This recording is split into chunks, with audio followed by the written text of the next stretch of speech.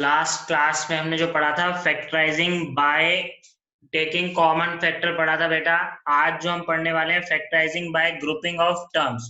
Grouping of terms का मतलब क्या है कि हमने जो है टर्म्स को इकट्ठा किया, जैसे जो सिमिलर है या हम ऐसा देखें कुछ कॉमन निकल गए। अब इसमें ग्रुपिंग ऑफ टर्म्स में क्या है कि किन्हीं दो टर्म्स में एक चीज कॉमन निकल रही है सच दैट जो बाकी जो टर्म है दूसरा ग्रुप बन रहा है उसमें भी वही चीज हमारी बाहर कॉमन निकलेगी। जैसे फॉर एग्जाम्पल हमारे पास मान लो ऐसे लिखा है ए एक्स प्लस बी, ठीक है। मान लो ये हमारे पास ये लिखा हुआ है। अब दूसरी टर्म में हमारे पास a b x plus b square लिखा है, मान लो ये लिखा है। तो यहाँ पे ए एक्स प्लस बी इसमें से तो कुछ कॉमन निकल नहीं रहा, बट हाँ यहाँ पे कुछ कॉमन निकल रहा है, वो है बी। तो हमारे पास अंदर जो बचेगा वो ए एक्स प्लस बी आ गया। तो यहाँ पे देखो सिमिलर टर्म आ गई। अगर कुछ कॉमन नहीं निकला मतलब वन कॉमन निकला। वन तो किसी में से भी कॉमन निकल सकता है, क्योंकि किसी भी नंबर में किसी भी नंबर का कॉमन फैक्टर वन तो हो ही सकता है, उसमें कोई बड़ी बात नहीं है, ठीक है। तो वन तो कॉमन फैक्टर आ ही सकता है, कोई बड़ी बात नहीं है। यहाँ से ए एक्स प्लस बी हमने कॉमन निकाला। ए एक्स प्लस बी हमने कॉमन निकाल लिया। देखो इसको आप ऐसे ट्रीट कर सकते हो, देखो ए एक्स प्लस बी है, ए एक्स प्लस बी को आपने मान लो पी मान लिया, तो ये आपका बन क्या रहा है पी प्लस बीपी। आप अब क्या कर सकते हो, पी को कॉमन ले सकते हो, ये क्या बन जाएगा वन प्लस बी। तो ऐसा ही पी क्या था मेरा ए एक्स प्लस बी, तो यहाँ पे मैंने वन प्लस बी लिख दिया, ठीक है। तो पी, ये देखो आंसर जो ये आ रहा है और जो हमने यहाँ लिखा है एक ही बात है, बस पी की वैल्यू हमने यहाँ सब्स्टिट्यूट कर दी। तो कुछ ना कुछ कॉमन निकलेगा, इसे कहते हैं ग्रुपिंग, ठीक है। दो दो के ग्रुप बनाए या हो सकता है कहीं पे तीन तीन के ग्रुप बने, डिपेंडिंग अपॉन क्वेश्चन। जनरली क्योंकि आपके सिलेबस में अभी दो दो के ही मिलेंगे ज्यादातर क्वेश्चन, कहीं अगर तीन के मिलेंगे तो मैं आपको जरूर बताऊंगा, ठीक है। एक्स्ट्रा क्वेश्चन जो होगा वो मैं जरूर आपको बताऊंगा, ठीक है। उसकी चिंता मत करो बिल्कुल।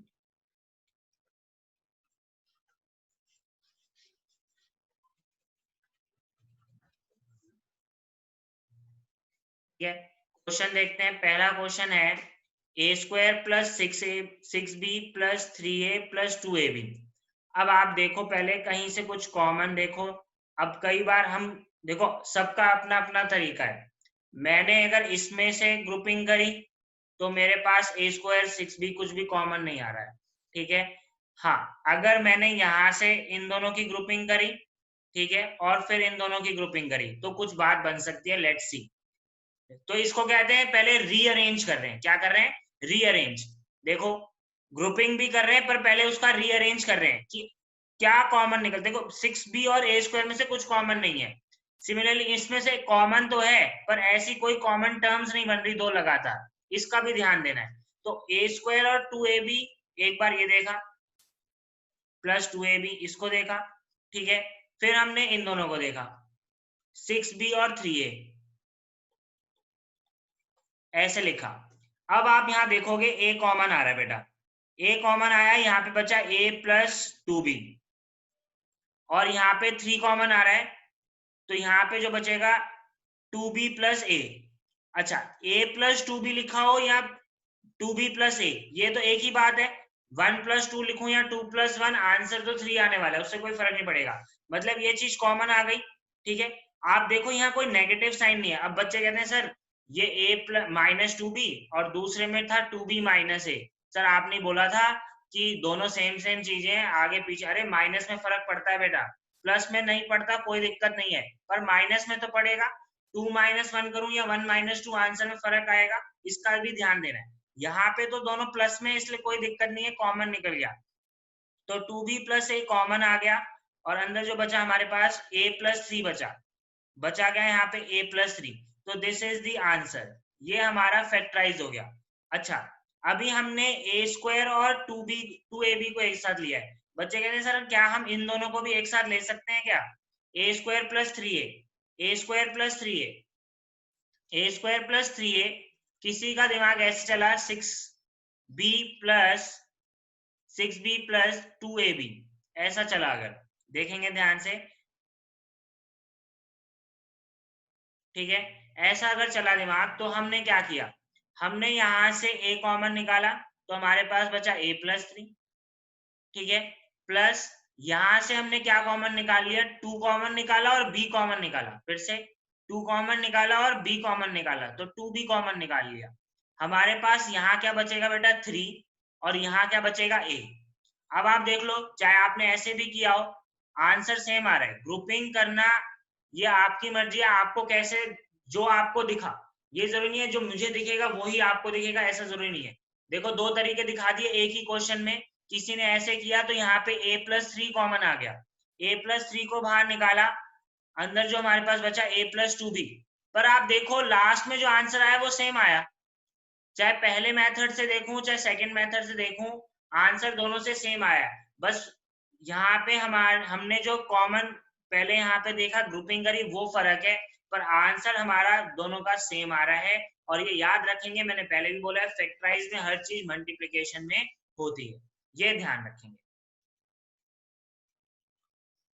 ठीक है, देख लो 2b+a इंटू a+3, यही आंसर है। पीछे मैंने लिखा हुआ है a+3 इंटू a+2b, ये लिखा हुआ है, दोनों से ही आंसर सेम आ रहा है। तो इसलिए घबराना नहीं है कि हमने ऐसे किया सर आपने ऐसे कराया, क्या हम गलत है, नहीं। आप देखो तरीका सही होना चाहिए बस, और कुछ नहीं। ठीक है, नेक्स्ट यहां देखा, अब यहां देखोगे तो ax minus b y plus b x plus a y. तो अगर हम यहाँ देखें, अगर देखो यहाँ से कुछ ग्रुपिंग कर रहे हैं, देखो कई बच्चे कहते हैं सर हम ये क्यों नहीं ग्रुपिंग कर सकते, करो, करके देखो क्या मिलेगा, कुछ नहीं, क्या मिला ax माइनस बी वाई, ठीक है, और यहाँ से bx प्लस ए वाई। तो यार कुछ कॉमन नहीं आ रहा, कुछ भी तो नहीं हो रहा, ये तो कोई फायदा ही नहीं हुआ, इस ग्रुपिंग करने का तो कोई फायदा ही नहीं हुआ। इसीलिए ग्रुपिंग भी ऐसे करो सोच समझ के। आप देखो यहाँ से ax है और यहाँ bx है, क्या मैं इनको कर सकता हूँ, लेट्स सी। बच्चे कर सकते हैं दिमाग लगाने पे, ऐसा भी हो सकता है कि हम ax plus bx minus by plus ay ऐसा करते। तो यार यहाँ हम y तो और x कॉमन निकाल रहे हैं, बिल्कुल निकाल रहे हैं, x कॉमन निकलेगा, बिल्कुल निकल जाएगा, यहाँ बचेगा a प्लस बी, यहाँ y कॉमन निकला, ठीक है, y कॉमन निकला, यहाँ बचा minus B, sorry y common निकला माइनस बी प्लस ए, ये बचा। यार ये तो बराबर नहीं आया, ये तो बराबर नहीं आया, तो क्या हम और कुछ कर सकते हैं, क्वेश्चन में थोड़े यहाँ पे माइनस का साइन चेंज कर लेना, ये माइनस है, ठीक है, क्वेश्चन में बदलाव कर लेना यहाँ पे। ठीक है, चाहे हम कुछ भी करेंगे तो आंसर आ नहीं सकता, क्योंकि प्लस प्लस और माइनस कभी कॉमन निकलेंगे नहीं, तो ये ध्यान दिया, यहाँ माइनस का साइन है क्वेश्चन में। ठीक है, तो अब हमने देखा यहाँ, अब हम कुछ कॉमन निकाल रहे हैं, तो क्या कॉमन निकलेगा, यहाँ से ये आया, अब देखो ये माइनस बी और माइनस ए है, और यहाँ पे a प्लस बी है। अगर मैं यहाँ से माइनस कॉमन निकाल दूं, माइनस वाई, तो अंदर बचा a प्लस बी, और यहाँ पे x already a plus B था ही। तो आप देखो a प्लस बी और a प्लस बी सेम हो गया, a प्लस बी बाहर निकाला बेटा, और यहाँ बचा x माइनस वाई। अब इसी क्वेश्चन को किसी और ने ऐसे किया, किसी और ने ऐसे किया, मान लो उसने उसने कहा सर मैं कुछ नहीं, मैं तो ऐसे ही करूंगा, मैं इन दोनों टर्म्स को करूंगा। मैंने कहा चल करके देख, करके तो देख, अगर तू ऐसा करके देख रहा है, क्या तेरा सक्सेसफुल हो पा रहा है, क्या तू सक्सेसफुल हो पा रहा है, पहले ये देख।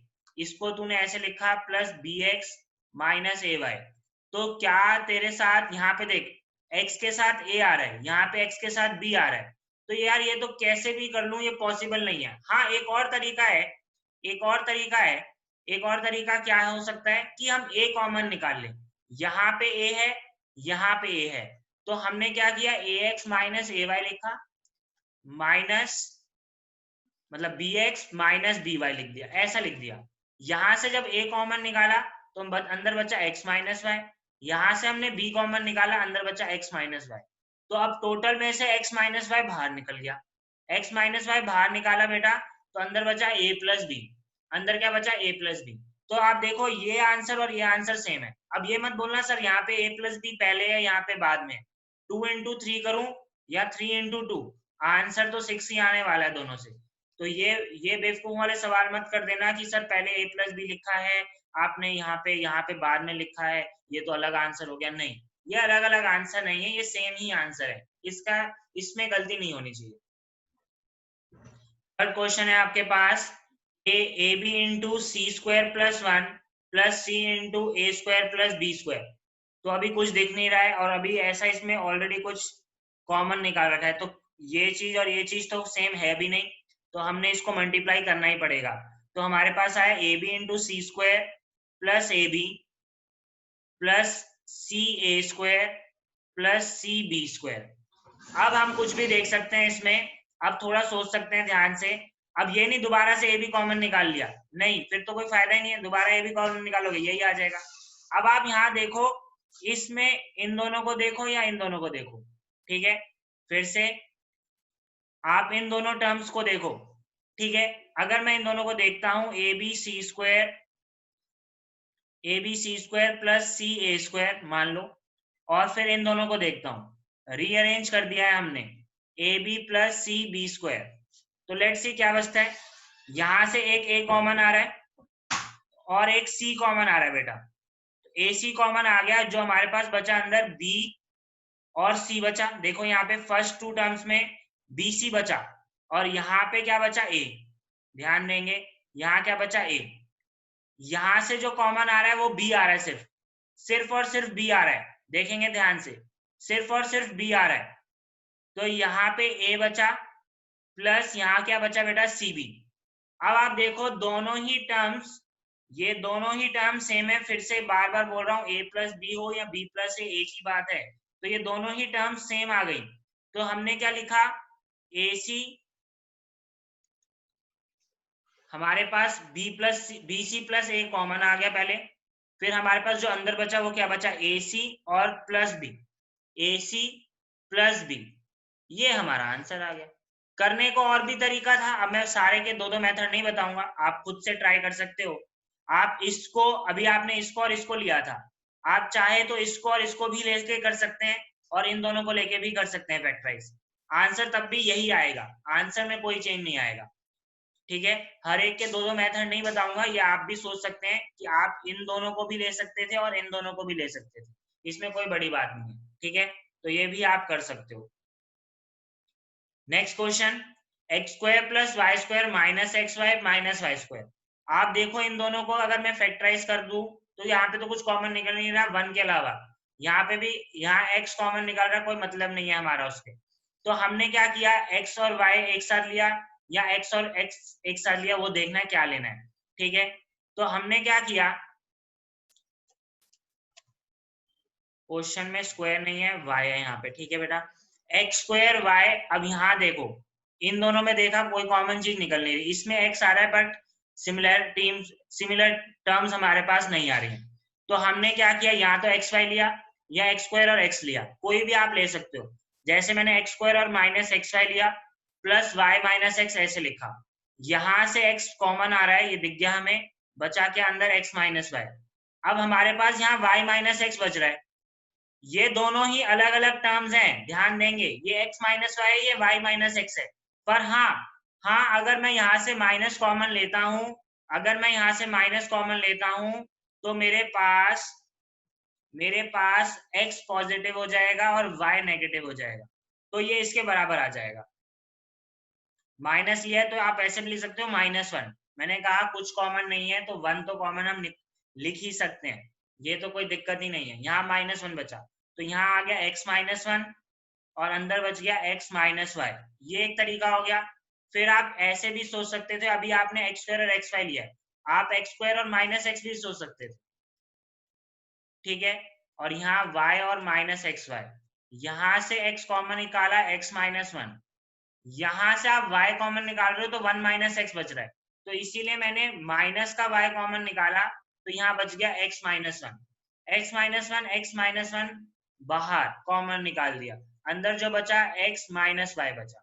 बहुत आसान है, बहुत सिंपल है, ध्यान से हर एक चीज को नोट करो, कोई भी ऐसे डिफिकल्ट चीज नहीं है इसमें कि आपको समझ में ना आए, ठीक है। बस ग्रुपिंग करते चलो और आंसर आता जाएगा, बस ग्रुपिंग करो और आंसर आता जाएगा। नेक्स्ट क्वेश्चन है x square minus x y a y minus a x 4x minus 4y। तो इसमें रीअरेंज करने की जरूरत नहीं दिख रही है, क्योंकि ऑलरेडी मुझे लगता है अरेंज्ड है। यहाँ पे आप देखो, आपने यहाँ से x कॉमन लिया अगर, तो अंदर जो बच रहा है वो x माइनस वाई बच रहा है, यहाँ से a कॉमन लिया तो y माइनस एक्स बच रहा है, हमें तो x माइनस वाई ऑलरेडी आ चुका है, तो हमने माइनस a कॉमन ले लिया ताकि अंदर हमारे पास x माइनस वाई हो जाए। यहाँ से 4 कॉमन लिया तो यहाँ पे x माइनस वाई आ गया। अब आप देखो x माइनस वाई और x माइनस वाई तीनों ही टर्म्स में x माइनस वाई हमारा कॉमन आ जाएगा, तो हमारे पास x माइनस वाई बाहर आ गया बेटा। अंदर जो बचा वो x माइनस ए प्लस 4 ये बचा। देखो x माइनस ए प्लस 4। कई बच्चे गलती क्या करते हैं, माइनस साइन को कंसीडर नहीं करते हैं और कई बार ऐसे भी लिख देते हैं x a 4। यार ये गलती मत कर देना, ये तो मल्टीप्लाई हो गया, इसका मतलब कोई साइन नहीं है, मतलब मल्टीप्लीकेशन है। बीच में माइनस प्लस की गलती नहीं करनी है, ठीक है, ये ध्यान देना है। ठीक है, क्लियर है ये बात। इसमें देखो अब तीन जगहों से कॉमन आया है, 3 टर्म्स में से कॉमन आया है, तो आपका आंसर ये आ गया।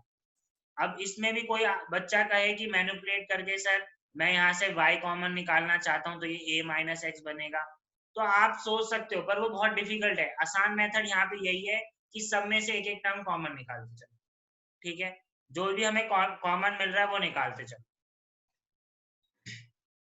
ठीक है, अब हमारे पास जो क्वेश्चन है x plus 2 x square plus 25 plus 10x square plus 20x, तो बहुत आसान है। पहले इसमें से देखो 10 कॉमन निकल रहा है और x कॉमन निकल रहा है, तो इसको एक बार निकाल के देखते हैं क्या बच रहा है हमारे पास। हमारे पास बचा है यहाँ पे एक्स स्क्वायर और प्लस 2 बचा, एक्स स्क्वायर प्लस 2 बचा।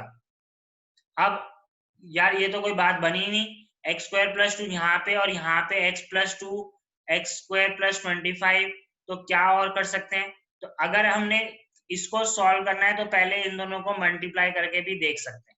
ठीक है,